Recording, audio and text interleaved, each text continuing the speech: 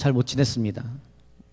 저는 요즘 그 삶의 여정 가운데 조금 고난의 여정이라 사는 게 좀 바쁘네요. 우리 청년들도 아마 저랑 별반 다르지 않을 겁니다. 아마 별반 다르지 않고 이번 한 주간 이렇게 생각하면서 과연 나는 주님을 위해 얼마만큼의 시간을 드렸는가, 나는 과연 얼마만큼 주님을 향한 마음을 가지고 살고 있었는가라는 생각을 하면 뭐 얼마 되지 않아서 내가 먹고 사는 게 너무 힘드니까 뭐 그런 거. 그래서 주님보다는 나의 안위를 위해서 산 게 더 많다고 생각해요. 우리 청년들도 뭐 별반 다르진 않을 거고, 과연 한 주간 말씀을 붙들고 믿음으로 살았을까? 그럴 때 앞에 있는 저도 그렇게 못 살았으니 누구를 비판하고 누구를 비난하겠습니까? 특별히 이제 오늘이 추수감사주일인데, 이 추수감사주일에 뭔 설교를 할까 고민을 많이 해봤어요. 제가 1부 때도 설교했는데, 우리가 과연 감사절에 우리가 하나님께 받은 은혜에 대해서 감사할 거리가 있어요? 찾아볼까요? 몇 가지나 되세요? 이렇게 질문하고 싶진 않습니다. 왜 그러냐면, 그러면 조건이 없을 때는 우리는 감사하지 않아도 되는 것인가? 우리가 하나님께 감사절이니까 그 감사절을 감사함으로 드리기 위해서 억지로 이유를 갖다 붙여가지고 내가 감사를 해야 될 것인가? 라는 거예요. 저는 그런 생각엔 되게 부정적이에요. 우리 청년들은 어떨지 모르겠지만, 사람들의 이목을 신경 쓰면서 나는 과연 그런 행동을 내가 보여야 되는 것인가? 라고 했을 때 저는 상당히 부정적입니다.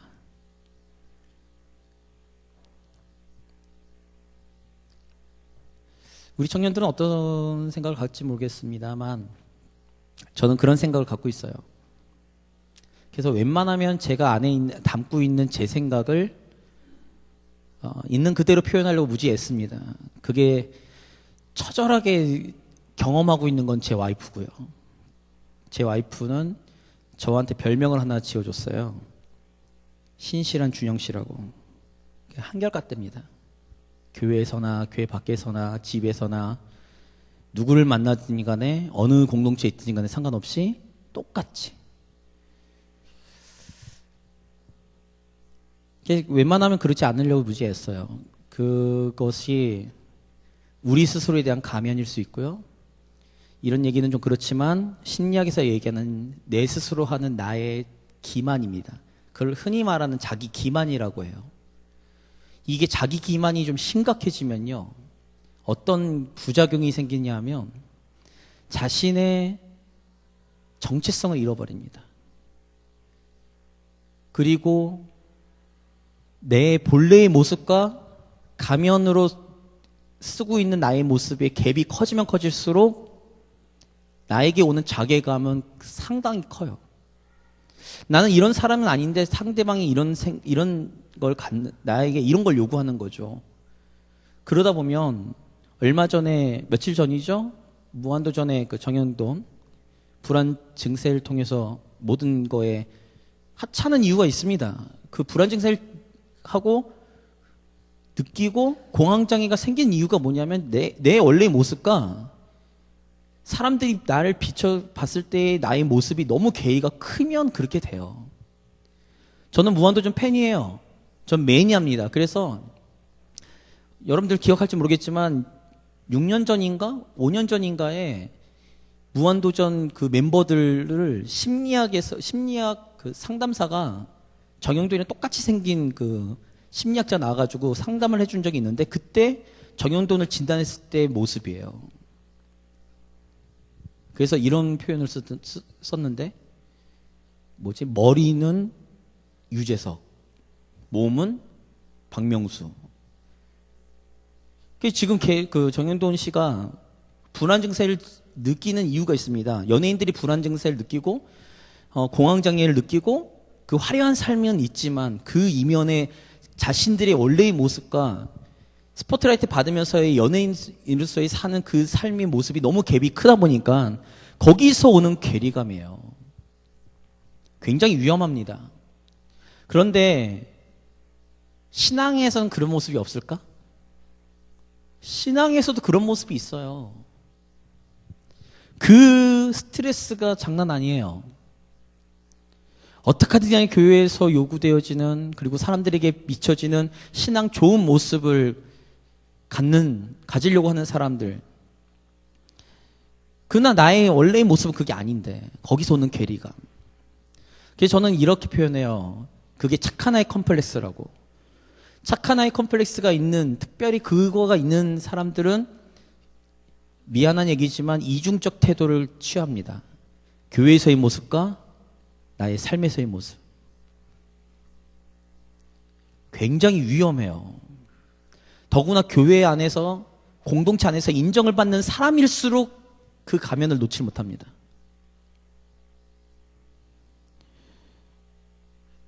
그러니까 우리가 지금 감사절인데 우리가 진짜로 감사할 수 있는가? 정말로 감사할 수 있는가? 감사의 조건을 우리가 찾을 수 있는가? 라는 거예요. 우리 청년들은 감사의 조건을 어떻게 찾습니까? 어떻게 찾아요? 아니, 대답을. 응? 어떤 일이 잘 됐으니까? 어떤 내 환경에서 뭐가 내가 원하는 것들이 이루어졌으니까? 그것으로 나는 감사하나? 그게 아니라고 배웠어요.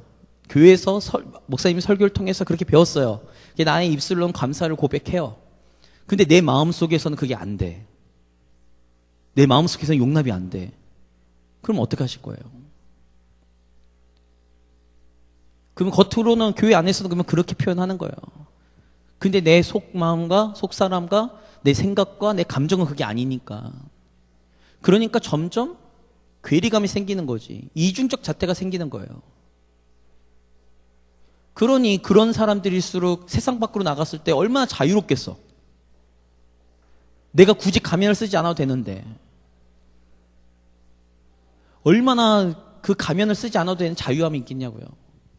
그러니 삶에서는 내가 굳이 믿음으로 살고 싶은 마음이 없지. 교회에서만 내가 스트레스 받고 교회에서만 내가 열심히 살면 되지. 내가 굳이 삶에서까지 내가 굳이 그렇게 살아야 될 것인가라는 생각을 갖지 않겠냐는 거죠. 그래서 수많은 청년들이 떠납니다. 거기에 더 이상 못 버텨서. 신앙을 떠나요.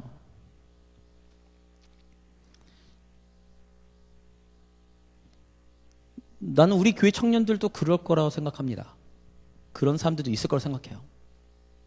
물론 다 그렇다는 건 아니고 그런 사람들이 몇몇 있을 수 있다. 이것도 내 가정이니까. 난 아니야. 뭐 이러면 어쩔 수 없고. 혼자 원래 지난번에도 얘기했잖아요. 나 혼자 잘난 척하고 사는 사람이라 내 말이 맞아 뭐 이런 식으로 얘기하는 사람이니까 그렇다 치고 오늘 말씀에 마리아가 나오잖아요. 제가 왜 아까 서두로 그런 얘기를 했냐면 마리아는 그가 가지고 있는 생각과 그가 가지고 있는 신앙의 고백들이 겉으로 보여지는 모습과는 전혀 다르지 않았다는 거예요. 저는 그 성격이 좀 그렇잖아요. 그래서 제가 굉장히 그 어릴 때부터 자매들과 친하게 지냈어요. 나는 남고 나왔는데 교회에서 그 자매들과 되게 친하게 지냈어요. 서스럼 없게. 그리고 학교를 갔더니 신학교잖아요. 가서 이렇게 했는데 아무튼 자매들이랑 잘 지냈어요. 여름만 되면 여자들이 머리 좀 긴 여자들이잖아요. 아예 길어도 그렇구나. 길면 대체적으로 여기 목에 땀이 찬다고 그러더라고요. 그렇나? 땀띠 같은 게 생긴대요. 그래가지고 보통 여자들이 이렇게 머리를 말아서 올려요. 그 당시에 학교에 어느 후배가 있었는데 머리를 이렇게 동그랗게 이렇게 마른 거예요. 봤더니 안에 구멍 같은 것도 있어. 그래서 그 친구랑 항상 인사할 때는 제가 그 구멍에 손가락을 넣고 흔들었습니다. 반갑다고. 그랬더니요, 한 번은 울어요. 그렇게 한 번 흔들고 가잖아요. 그러면 머리를 다시 묶어야 된대요. 그 다음번에 또 만나잖아요. 또 흔들었어요. 저는 몰랐어요. 여자들에게 있어서 머리가 어떤 의미인지. 굉장히 싫어하더라고요. 그런 정도로 상대방을 배려하지 않고 혼자서 그렇게 막 살았던 사람이거든요, 제가. 그리고 이제 성질 내길래 같이 성질 냈어요. 잘못한 놈이 방귀 낀 놈이 성질 나고 제가 오히려 막 화냈어요. 너 선배한테 오빠한테 그따위로 하면 되겠냐, 뭐 이런 식으로. 나중에 알았어요. 아, 이게 그 의미가 내가 생각했던 의미가 다르다. 난 장난이었는데 그게 장난이 아닐 수 있겠구나, 이 생각을 나중에 갖게 되었고요. 그만큼 여자들에게 있어서는 굉장히 머리에 예민하시잖아요, 여자분들. 오늘 마리아도 마찬가지예요. 여자잖아요. 근데 오늘 마리아가 보니까 예수님이 왔을 때 두 가지 행동을 해요. 두 가지 행동을 합니다. 그래서 그걸 하려고요. 우리 3절 같이 읽어보겠습니다. 3절 같이 읽겠습니다. 마리아는 지극히 비싼 향유 곧 순전한 나드 한 근을 가져다가 예수의 발에 붓고 자기 머리털로 그의 발을 닦으니 향유 냄새가 집에 가득하더라. 두 가지 행동을 하죠. 첫 번째는 뭔가요? 향유를 뿌립니다. 어디다가요? 발에다가요. 자, 우리 청년들 향유를 발에다 뿌리는 사람이 있나? 향수를 발에다 뿌리는 사람 있어요? 그 당시에 지금도 그렇지만 이 당시에 유대인들은 그 로마인들은 뭘 신었냐면 그냥 끈 같은 걸로 그냥 슬리퍼 같은 걸 신고 다녔어요. 그래서 그들은 발이 부정하다고 생각했습니다. 발이. 그래서 남의 집에 들어가든 내 집에 들어가든 간에 꼭 한 가지 해야 될 일이 있어요. 뭘 해야 되냐면 발을 닦아야 됩니다. 그게 정결 예식 중에 있어요. 그래서 세상의 그런 먼지들, 내가 막 길거리 돌아다니면서 묻은 그 먼지들, 내 죄악들, 세상의 죄악들, 이것을 내가 정결하게, 집에 들어가기 전에 정결하게 내가 씻고 들어간다. 그래서 이 발을 씻는데 내가 씻지도 않아요. 내가 안 씻습니다. 누가 씻냐? 종이 씻습니다. 그래서 예수님께서 세조식하는 그 장면이요, 그 당시에 유대인의 사고에서는요, 이건 말도 안 되는 얘기예요. 친구끼리도 씻어주지 않습니다. 동급도 안 씻어줘요. 무조건 종이 씻어야 돼요. 내 스스로 내가 발을 닦지도 않습니다. 종이 씻어야 돼요. 그만큼 그 발을 닦는다는 게 굉장히 이 정결 예식에서 그래서 좀 부정하다고 생각하는 거예요. 근데 거기에 물로 씻는 그 정결 예식 가운데 지금 마리아는 향유를 갖다 뿌리는 거예요. 지금도 발에다 향수 뿌리는 사람 있어요? 없죠.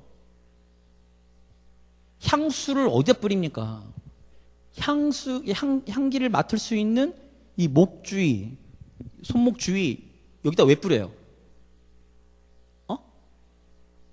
맥박이 뛰잖아요. 그래서 가장 냄새가 많이 잘 퍼질 수 있는 곳이 이 맥이 뛰는 곳이어서 여기다 바르는 거예요. 아무 때나 아무렇게나 이렇게 바르는 게 아니라. 향수는 남에게 보여주기 위한 겁니다. 그런데 예수님의 발을 씻겨요. 이거는 그냥 상식을 무시하는 행동이에요. 첫 번째. 두 번째가 뭐예요? 행동이. 머리털로 그 발을 닦아요. 제가 아까 여자들 머리 얘기 잠깐 했는데, 여자들에게 있어서 머리는 굉장히 소중합니다. 그걸 몰랐던 저는 그 소중한 거를 좀 짓밟은 스타일인 거고, 소중해요. 근데 그거를 갖고 발을 닦아요. 근데 여기 하나 더 있어요. 여기 한 가지 더 의미가 있어요. 이거 의미를 사람들은 잘 모르는데 지금도 팔레스타인 지역에 있는 여자들 보면 뭘 쓰고 다니죠? 두건인데 그거를 그 전문 용어로 이슬람에서 똘똘 그렇지, 히잡으로 가리잖아요. 고린도전서에 보면요, 여자들에게 머리를 풀지 말라고 얘기해요. 이유가 뭔지 알아요? 모르죠. 그 당시에 그리스 신화, 로마 신화의 미의 여신, 아프로디테 신전이 있었어요. 그 신전 안에 여사제가 1000명 있었습니다. 여사제가 1000명 있었는데 그 여사제들이 항상 하고 다니던 게 뭐였냐면 머리를 풀고 다닌 거예요. 지금도 그 드라마나 이런 걸 딱 보면 어떤 그러니까 어떤 남자가 어떤 여인에게 반할 때 장면의 대부분이 뭐냐면 슬로우 모션으로 여자가 머리를 착 클룩 팍 하고 다닐 때 남자들의 눈에서 하트가 뿅뿅뿅 나가죠.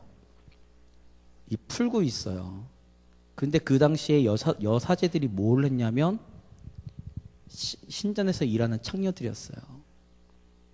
그 안에서 종교적 예식으로 성행위가 만연했었어요. 그래서 고린도 교회 그 옆에 그 인근에 있는 고린도 교회에 여자들이 만약에 머리를 풀고 있으면 그 지역의 새로운 사람들, 그러니까 그러니까 교회를 다니거나 그리스도를 믿지 않는 새로운 사람들이, 그 문화에 젖은 사람들이 들어왔을 때 그 머리 푸른 성도를 보고 그런 마음을 품을까봐 머리를 풀지 말라고 얘기하는 거예요. 이해가 돼요? 그걸 오늘날 머리 풀고 다니면 안 돼! 이래가지고 천주교에서는 머리 이렇게 다 가리고 있잖아. 뭐 두건 쓰고. 이거는 그 당시의 문화를 이해를 못하는 행동입니다. 그냥 성경을 문자적으로 해석하는 거죠. 그러면 그 당시에 여자가 자기의 얼굴을 내미는 거는 누구에게만 허락된 건가? 가족에게만 허락됩니다. 머리카락을 보여주고 머리로 뭘 한다? 누구에게만 가능해요? 그러니까 노예인 여자들은 자기 상전에게, 그리고 여인은 자기 남편에게만 허락되는, 외간 남자에게는 허락되지 않는 얘기입니다.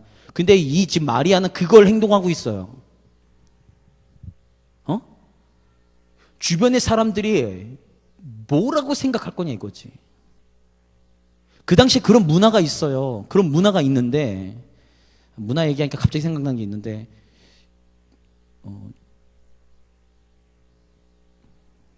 얘기를 할까 말까.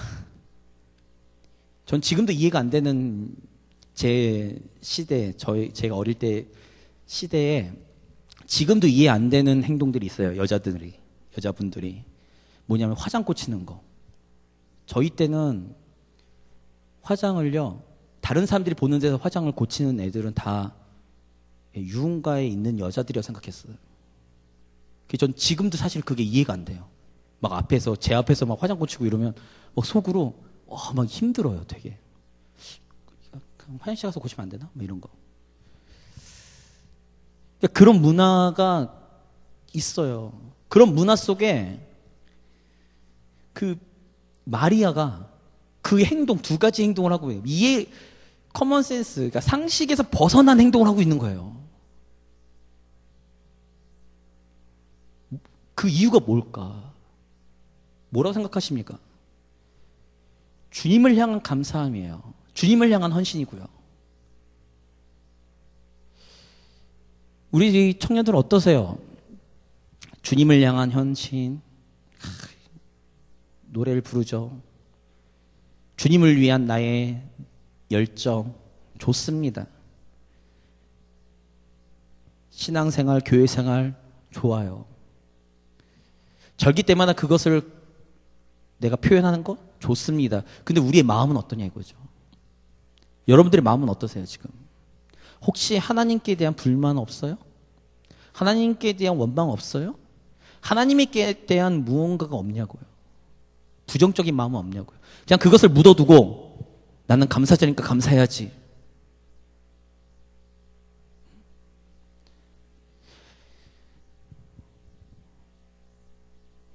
마리아가 왜 예수님께 이렇게 행동했는가?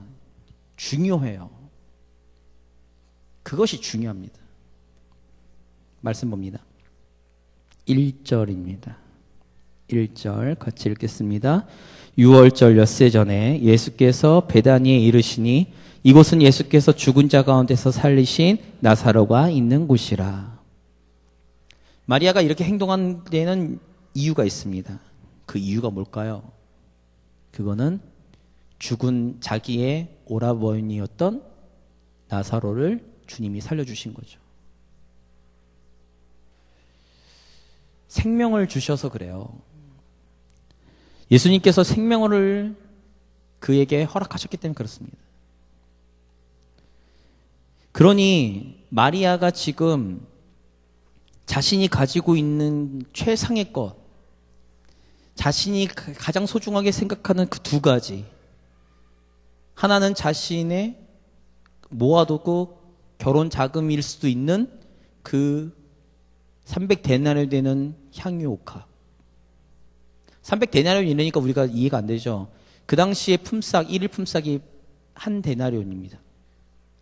그러면 오늘날 하루 일당, 알바생 말고 하루 종일 일하는 정규직 일당 계산해 보시면 나와요. 1년치 봉급이에요. 1년치 봉급이죠. 1년치 봉급이에요.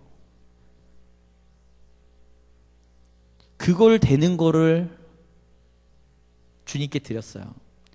그것만 드렸는가? 아니죠. 자신이 가장 여자로서 생명보다 더 귀할 수 있는 이 머리카락으로 예수님의 발을 닦는 거죠.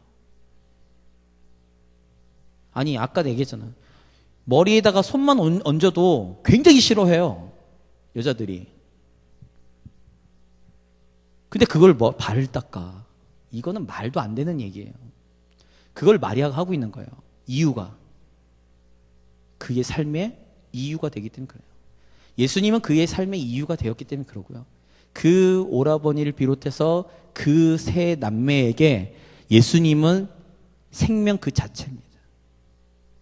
예수님은 생명 그 자체였기 때문에 마리아는 그 자신이 드릴 자신의 자존심, 자신이 가지고 있는 최상의 것, 자신이 가지고 소유하고 있는 그 모든 것을 다 드림에도 아깝지가 않은 거예요.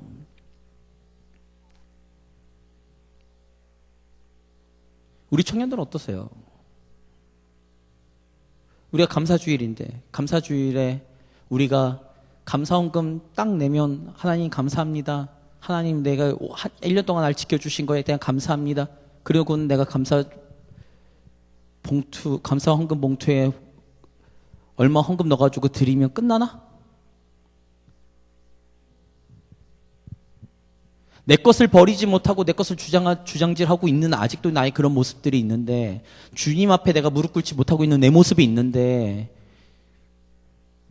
도저히 이해할 수 없는 하나님 앞에 나의 안에 속에서 끓어오르는 분노와 원망이 있는데, 그것을 그냥 감춰놓은 채 나는 종교적 예식으로, 종교적 행동으로 나는 그것을 하면 끝나나? 그러면 여러분들 삶 가운데 여러분들의 모습 앞에 하나님이 계신가 이거예요. 저는 그렇게 생각해요. 불만 있으면 하나님께 기도하십시오. 하나님이 원망스러우면 하나님께 기도하세요. 그저 내가 그냥 괜찮다고, 내가 하나님 앞에 립 서비스로 드리는 이런 것들 다 의미가 없어요. 하나님은 인격적이신 분이라 여러분들이 가지고 있는 그 부정적인 생각들조차도 하나님의 크신 은혜와 크신 사랑으로 다 덮어버리실 겁니다. 저는 그것을 경험했고요. 그러니까 지금도 나는 내 머리로는 이해가 안 돼요. 나는 솔직히 내 삶의 여정이, 나는 내 머리로는 난 도대체 지금도 이 길을 왜 걷고 있나 나는 생각하고 있는 사람이에요. 내 머리로는. 그런데 내 가슴은 그게 아니기 때문에 지금 이 길을 걷고 있습니다. 그러니까 거기서 오는 갈등 구조가 굉장히 심해요. 사역을 하면서. 내 머리로는 도대체 이 길을 계속 왜 가고 있나? 도대체 나는 이 길을 왜 하고 있는가? 근데 내 가슴은 주님을 향한 사랑과 주님을 향한 마음 때문에 나는 머리로는 이해가 안 돼도 나는 내 가슴이 시키는 이 일을 하겠다. 그래서 지금도 이렇게 걷고 있어요.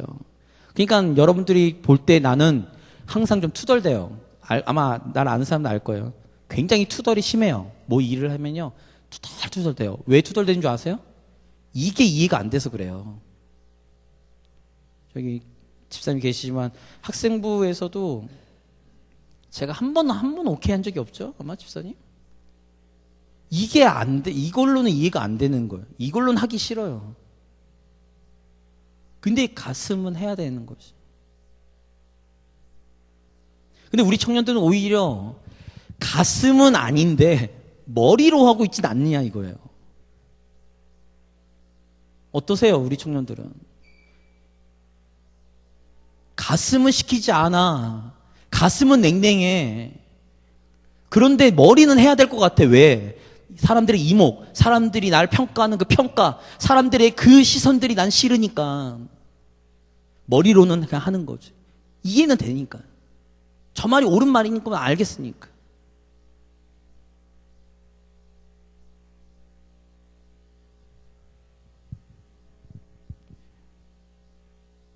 그 머리로 생각하는 사람이 그 다음에 나와요. 가룟 유다입니다. 말씀 보겠습니다. 4절에서 5절 같이 읽겠습니다. 제자 중 하나로서 예수를 잡아줄 가룟 유다가 말하되 이 향유를 어찌하여 300데나리온에 팔아 가난한 자들에게 주지 아니하였느냐 하니. 가룟 유다가 이렇게 하는 거예요. 마리아의 행동이 이해가 안 되는 거죠. 이해가 안 되기도 하고, 그리고는 300데나리온에 팔아서 그걸 가난한 자들에게 나눠줘야 되는 거 아니냐 라고 이야기를 해요. 그럼 가룟 유다가 틀렸는가? 네, 한나게 묻고 싶어요. 가룟 유다 틀렸어요? 눈치 보지 말고 지금 무슨 답을 원할까 이거 눈치 보지 말고 생각을 얘기하는 거예요. 가룟 유다 틀렸나? 틀렸다고 생각하죠. 여기 아마 앉아있는 사람들 다 틀렸다고 생각할 거예요. 말씀 하나 찾아보겠습니다. 마태복음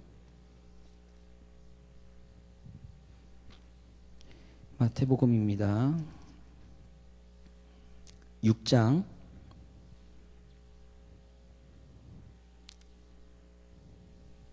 3절 4절.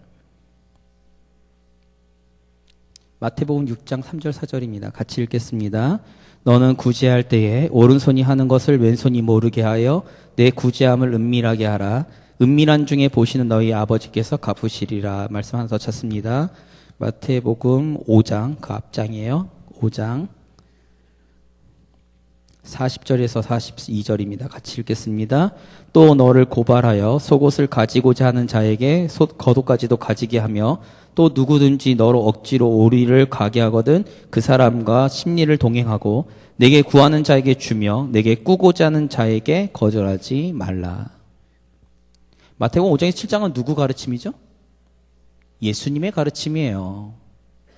그러면 우리 본문으로 돌아와서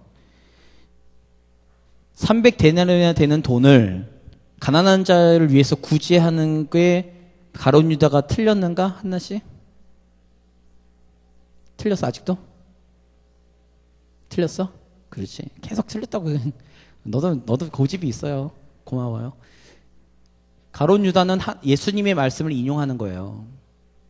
예수님께서 항상 얘기하셨던 게 가난한 자들 돌보고 가난한 자들에게 구제하라는 거였어요. 그래서 초대교회가 뭘 했죠? 사업으로? 과부들과 고아들 돌봤어요. 사도들이 그 구제를 하다가 못하겠으니까 뭐를 세워요? 직분자를 세워요. 구제하라고. 헬라파 유대파 과부들 사이에 트러블이 생기니까 그것을 해결하라고 집사들을 세우는 거예요. 7집사를. 7집사를 세워서 어떻게 하라고요? 공정하게 헬라파 과부든 유대파 과부든 간에 상관없이 동일하게 구제하라고. 그래서 7집사는 다 누구를 뽑냐면 유대인들을 안 뽑아요. 다 이방인들 집사를 뽑아요. 제가 지금 얘기하는 게 무슨 말인지 알겠어요? 초대교회가 그랬다고. 구제하는 건 주님의 뜻이에요. 가난한 자를 돌보고요. 가난한 자들에게 돌려주고 그들이 살아갈 수 있게끔 하라는 얘기는 예수님의 가르침이에요. 핵심 가르침이에요. 그걸 초대교회에서 그걸 행했어요.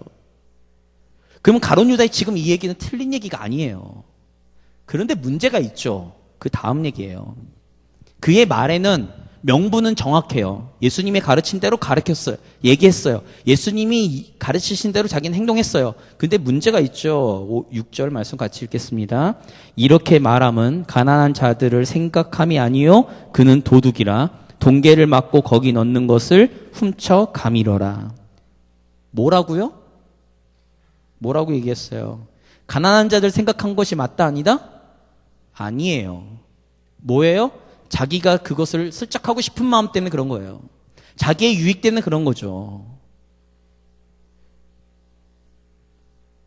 그러니 옆에 있는 우리 청년들, 옆에 있는 성도들, 옆에 있는 사람들이 어떤 일을 자기가 생각할 때 말도 안 되는 일을 행하거나 행동을 보이면 항상 비판하는 게 있어요. 자기 시각에서.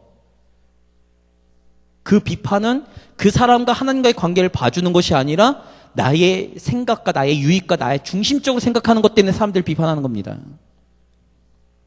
그걸 주님께서 아셨어요. 그래놓고는 이렇게 말씀하시는 거죠. 7절 8절 같이 읽겠습니다. 예수께서 이르시되 그를 가만두어 나의 장래할 날을 위하여 그것을 간직하게 하라. 가난한 자들은 항상 너희와 함께 있거니와 나는 항상 있지 아니하리라 하시니라.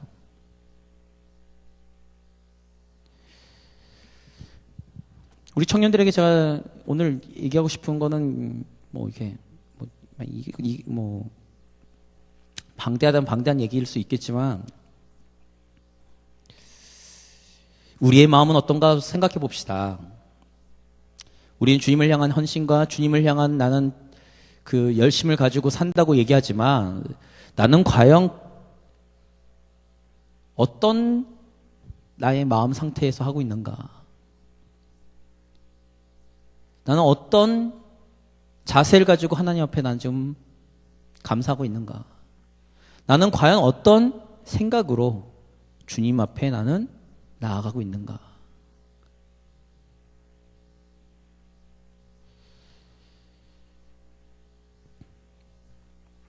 저는 개인적으로 우리 청년들이 마리아 같은 신앙을 가졌으면 좋겠고요.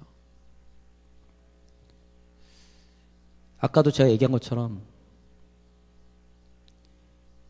주님을 향한 뜨거운 사랑이 회복됐으면 좋겠어요. 제가 요즘 결혼한 지 9년 차가 됐나 봐요. 저에게 사라진 게 하나 있어요. 생긴 게 하나 있고. 생긴 거는 제 아내와 사는 편안함이 생겼어요. 잃어버린 거는 설렘이 사라졌어요. 그래서 요즘 저는 고민이 되게 많아요. 개인적으로.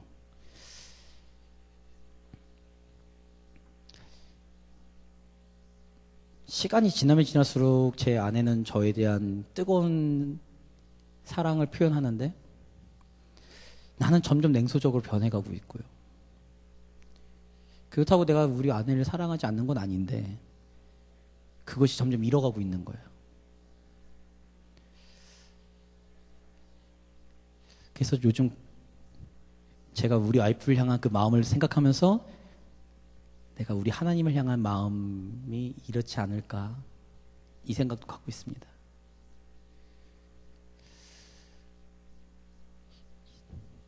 이 연애 때는 이거는 아니었어요. 왜냐면 우리 와이프가 날 너무 싫어했거든요. 세 번째 만나는 날 나한테 이렇게 얘기했어요. 자기 이상형과는 정반대에 있는 사람이래요, 내가. 그러면서 단 한 번도 남자로 느껴본 적이 없대요. 그 얘기를 세 번째 만났을 때 얘기를 했어요. 그리고 나서 3년 있다가 결혼했어요. 그래서 전 지금도 물어봐요. 도대체 그때 왜 그랬냐고 했더니 그때 그랬대요. 그러니까 머리로는, 저 같은 경우는 머리로는 이 여인이 나를 싫어하는 게 맞아. 나도 느껴. 그럼 저는 저거는 아까도 얘기했지만 저는 굉장히 이게 이성적인 사람이에요. 그래서 기브 앤 테이크 되게 좋아해요. 준 것만큼 갚아줍니다. 저는 진짜로. 저에게 좋은 걸 주면요, 전 좋은 걸 갚아요. 근데 저한테 나쁜 걸 주잖아요. 저는 그대로 갚아줘요. 반드시 보복합니다. 어릴 때도. 이런 얘기는 그런데요. 저는 그렇게 해요. 기브 앤 테이크예요. 이 이성이 준 것만큼 받은 것만큼 나는 이렇게 해야 돼. 이게 되게 강해요. 머리로는 그래. 그러면 이 여인이 날 별로 안 좋아하면 아이 여자가 너밖에 없냐 이러고 하고 난 가면 되지. 근데 가슴은 안 그런 거예요. 가슴은 안 그랬어요. 근데 지금은 이게 이렇게 바뀌었나? 우리 청년들은 어떠십니까? 하나님을 향한, 주님을 향한. 예전에는 이게 난 이해가 안 돼요. 근데 나는 주님 앞에 오면 그렇게 좋고, 나는 주님 앞에 가면 그렇게 눈물이 나고, 주님 앞에만 가면 난 그렇게 설레였는데, 머리로는 이해가 안 되는데. 근데 요즘은 가슴은 냉랭한데, 머리로는 야 청년회장이니까 가야지. 찬양팀이니까 가야지. 야 예배 인도자니까 가야지. 교사니까 가야지. 전도사니까 가야지. 라고 시키고 있는 건 아닌가. 그러니 우리 안에 진정한 감사가 있겠냐고요. 우리 안에 진짜 하나님을 향한 뜨거운 열정이 있겠냐고요. 오히려 세상 사람들은 우리의 모습을 보면서 비판하고 비난할지 몰라도 나는 그 사람들의 이목과 마리아처럼 그 사람들의 생각과 그 사람들이 날 평가하는 것은 중요치 않고 나는 오직 하나님만 중요합니다라고 이야기를 할 수 있는 우리 청년부가 과연 몇이나 되겠냐고요. 어떠십니까? 주님을 만나러 오는 그 자리, 주님과 함께하는 그 자리가 난 좋아서 정말 설레서 왔을 때가 있을 거잖아요. 여기 앉아있는 청년들. 저는요, 중학교 때 그게 경험이 있어요. 두란노 경배 찬양 그 목요 집회가 있었습니다. 학교 끝나면 5시예요. 4시 반? 5시였구나. 4시 반 정도? 우리 집은 역삼동이니까 서빙고까지 가는데 지금은 어떨지 모르겠는데 그 당시에 그 서빙고 이렇게 저 위에 어디지? 청량리에서부터 여기 용산까지 오는 요 버스 지하철이 있었어요. 그게 20분마다 한 대씩 있습니다. 우리 때 당시에. 그래서 한 번 시간 잘못 맞추면요. 거기까지 들어가는데 1시간이 넘게 걸려요. 서빙고까지. 딱 지금 우리 영인 형제가 앉은 뒷자리예요. 앞에서 딱 3번째 자리. 조 자리는 내 자리야. 안쪽으로 장의자니까 안쪽으로 들어가면 내가 나와서 기도할 때 막 무릎 꿇고 기도할 수 없고 이러니까 항상 일찍 가서 저기 자리에 앉아요. 통로 자리에. 그래 놓고는 예배를 드립니다. 그 자리를 맡기 위해서 나는 6시 반 예배인데 5시 반까지 가요. 1시간 일찍. 1시간이 넘는 거리를, 그러니까 학교 끝나자마자 막 난 들고 뛰는 거야. 그거를 3년 다녔어요.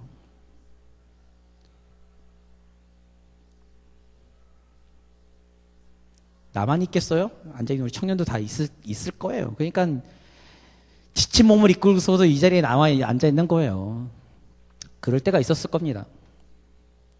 예배, 하나님과의 만남, 하나님 앞에서의 그 하나님의 첫사랑, 그것이 너무 좋아서. 근데 지금 우리의 모습은 어떤가? 설레세요? 예배 오는 게 설레세요? 오늘은 과연 어떤 하나님의 은혜가 주실까? 하나님께서 어떤 말씀하실까에 대한 설렘이 있으세요? 두근거리십니까? 근데 무슨 감사를 하겠냐고.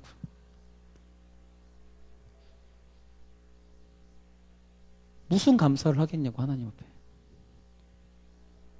다 종교적 의식이잖아. 그냥 프로그램화 된 거잖아. 절기니까 절기 헌금 내야지.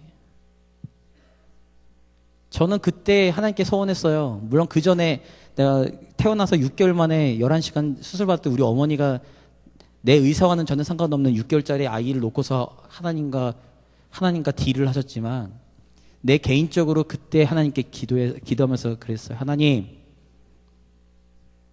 우리 집은 정말 너무 못 사니, 돈이 없고 너무 못 사니, 하나님, 내가 주님께 드릴 것은 딱 3가지다. 하나님, 일단 딱 3가지밖에 없네요. 드릴게. 첫 번째는 시간. 내가 가지고 있는 시간. 두 번째는 내 젊음. 뭐 비슷한 얘기긴 하겠지만. 세 번째는 내 재능. 하나님, 난 이것밖에 주님께 드릴 게 없으니까 난 이 3가지 드리겠습니다. 그게 지금 이 자리까지 온 거예요. 이 자리까지 왔어요.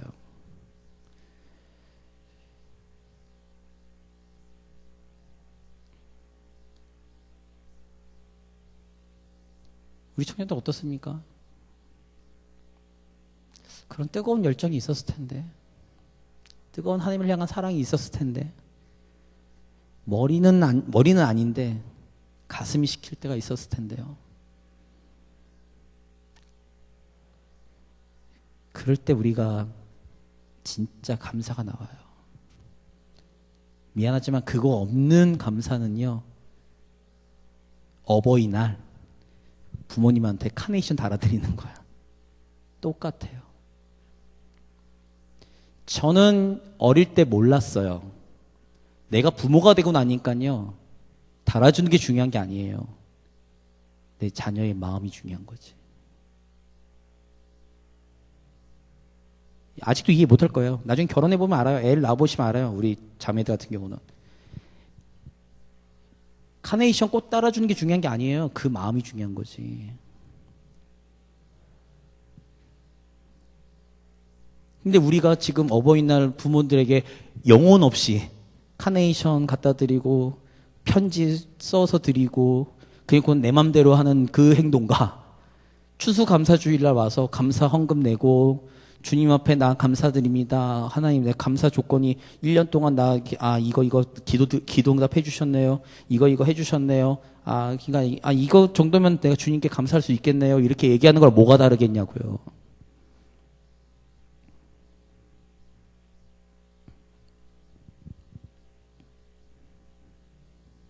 전 그러지 않았으면 좋겠습니다. 우리 청년들이. 정말로 가슴이 식히는, 가슴이 두근두근 뛰는, 주님만 생각하면 가슴이 뛰는, 다시 그런 거에 회복되었으면 좋겠어요. 그게 저는 참 감사한 게 그거예요. 예전에는 그런 걸 잃어버릴 때가 있었죠. 저도 우리 청년들처럼 잃어버리고 살 때가 있었어요. 전도사 사역을 하면서도 잃어버렸어요. 내 눈에 눈물이, 내 기도의 간절함이, 내 찬양의 기쁨이 다 사라질 때가 있었어요. 7년이 넘게. 그 이후에 회복되고 난 이후에는 지금도 주님 앞에서 머리가 아닌 가슴으로 나아갈 수 있는 것에 대한 감사함이 있습니다. 오늘 마리아처럼 우리 청년들도 이성이 아닌 가슴으로 주님 앞에 나아갔으면 좋겠고요. 예전에는 그것이 있었지만 지금은 그걸 잃어버렸다면 그걸 회복했으면 좋겠고요. 그리고 우리가 가지고 있는 최선의 것을 주님께 드렸으면 좋겠습니다. 찬양하겠습니다.